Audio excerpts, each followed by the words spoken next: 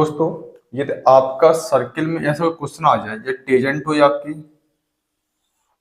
ये कोई आपकी क्या हो, कोड हो, और कोड और टेजेंट के बीच में एंगल आपको गिवन हो कोई थीटा, ठीक है ना। तो इस कोड से इधर एंगल बने या इधर एंगल बने, तो इस कोड से ही देखो इधर एक एंगल बनना है इस तरह से, ये वाला।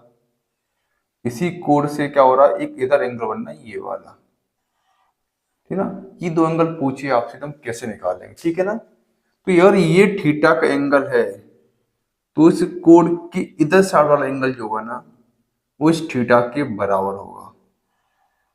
थीटा क्या होगा, बराबर होगा। और जस्ट ये वाला जो एंगल होगा ना, इसी साइड वाला, वो होगा 180 माइनस थीटा होगा। 180 माइनस थीटा को क्या होगा, आपका 180 माइनस थीटा होगा, ठीक है ना। अब ऐसा होता क्यों है वो समझेंगे।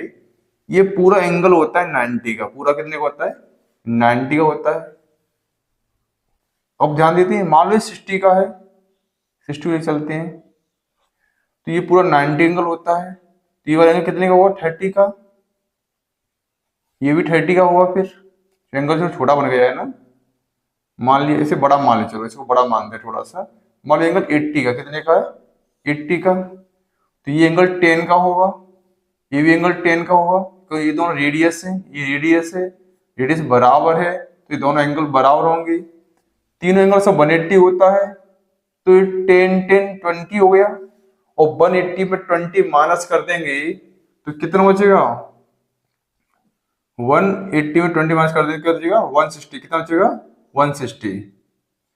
ये वाला एंगल 160 का आ गया, 160 का ये एंगल आ गया, 160 का हाफ ही होता है। हमने पढ़ा है थ्योरम में, जो जो कोड सेंटर पे एंगल बनाती है, सेंटर पे उसका हाफ बनाती है सर्कल पर। तो ये 160 का है, तो कितने का हो जाएगा, 80 का हो जाएगा। तो ये 80 का हो गया, हमने ये भी 80 का लिया था, दोनों बराबर हो गए। ये दोनों क्या होते हैं, ये साइक्लिक क्वाड्रेटर के अपोजिट एंगल है। कोई ऐसा क्वाड्रेटर के चारों पॉइंट सर्कल पे होती है, उसे साइक्लिक क्वाड्रेटर कहते हैं। तो इसका मतलब ये 80 का है, तो ये 180 माइनस 80 हो जाएगा, तो कितने का हो जाएगा, 180 माइनस 80, तो कितने हो जाएगा, 100 का हो जाएगा। तो सिंपल एमसीक्यू आपको ट्रिक सिंपल लगाना है। ऐसी ट्रिक जानने के लिए चैनल को सब्सक्राइब करें, जुड़े और मैथ को आसान बनाएं।